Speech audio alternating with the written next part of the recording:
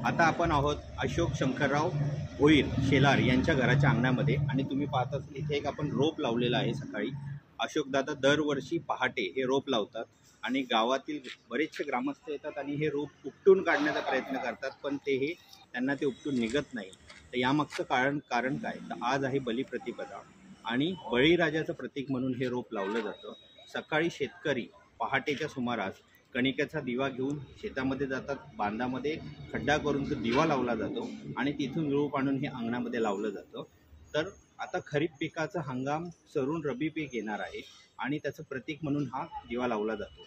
प्राचीन काळामध्ये बळीराजा हा शेतकऱ्यांसाठी व लोकांच्या कल्याणासाठी प्रसिद्ध असा राजा होता।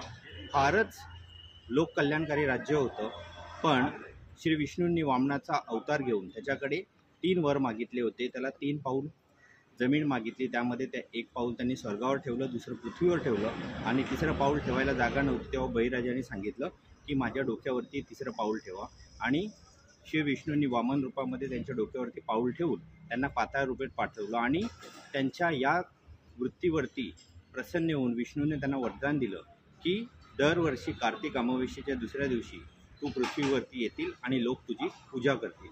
तर हे बळीराजाचं प्रतीक म्हणून हे झाड लावलं जातं आणि हे आपल्याला काढता येत नाही। याच्या मागचा अर्थही असा की हे झाड जर तुम्हाला उपटून निघत नसेल तर पुढील काळामध्ये जे पिकं येणार आहेत ते खूप जास्त येणार आहेत आणि शेतकरी समृद्ध होईल। आता यामागचं वैज्ञानिक कारण असं आहे की सकाळी जेव्हा शेतकरी ते रोप लावतो त्यामध्ये चिकण माती किंवा मातीचं चिखल काढून लावलं जातं, त्यामुळे तिथला हवेचा दाब कमी होतो, ती माती घट्ट बसते आणि त्याच्यामुळे ते रोप निघत नाही। पण जशी संध्याकाळ होते 4 वाजल्याच्या नंतर हे रोप तुम्हाला उपटून काढण्यात येतं, कारण तिथला मातीतला ओलावा कुठेतरी कमी झालेला असतो, हवेचा दाब वाढलेला असतो आणि रोप उपटून निघतं।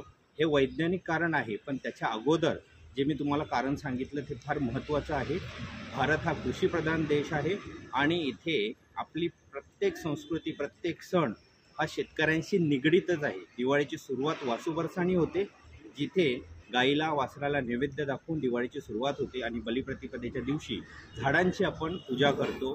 बळीराजाचं प्रतीक म्हणून आपण त्याची पूजा करतो। हा निसर्ग वाचला पाहिजे, पर्यावरणाचं संरक्षण केलं पाहिजे, हाच संदेश आपल्या प्रत्येक उत्सवातनं येत असतो। तर पुढील वर्षी तुम्ही नक्की बलिप्रतिपदेला शेलार येथे भेट द्या आणि याचे साक्षीदार व्हा। धन्यवाद। शुभ दीपावली।